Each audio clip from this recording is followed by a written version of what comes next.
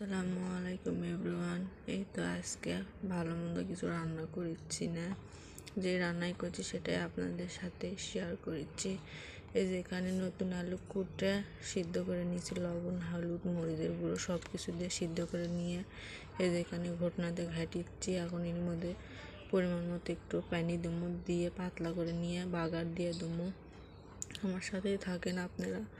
আমাদের একটু খাওয়ার কষ্টই হয়ে গেছে, কারণ আপনাদের ভাইয়া তো অসুস্থ, ঠিক মতো গাড়িও চালাইতে পারে না, এই জন্য ভালো কিছু রান্না করতেও পারি না। কী করবো, এখন কিছু করার নেই। বাড়ির লোক অসুস্থ থাকলে এখন কষ্ট করেই চলতে হবে, এই জন্য কষ্ট করেই চলতেছি। অবশ্যই আমার পাশে থাকবেন আপনারা, আপনাদের সাপোর্ট চাই, ভালোবাসা চাই।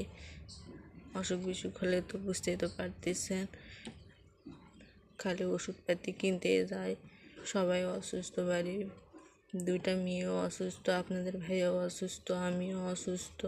আমি একটু হলেও ওষুধপাতি খাই, একটু হলেও সুস্থ হয়েছি, কিন্তু আপনাদের ভাইয়া খাইতে পারে না দেখে ঠিক মতো গাড়িও চালাইতে পারে না। তো এই তো আমার ঘাটা হয়ে গেছে, আমি এখন এর মধ্যে পানি দিয়ে দেবো।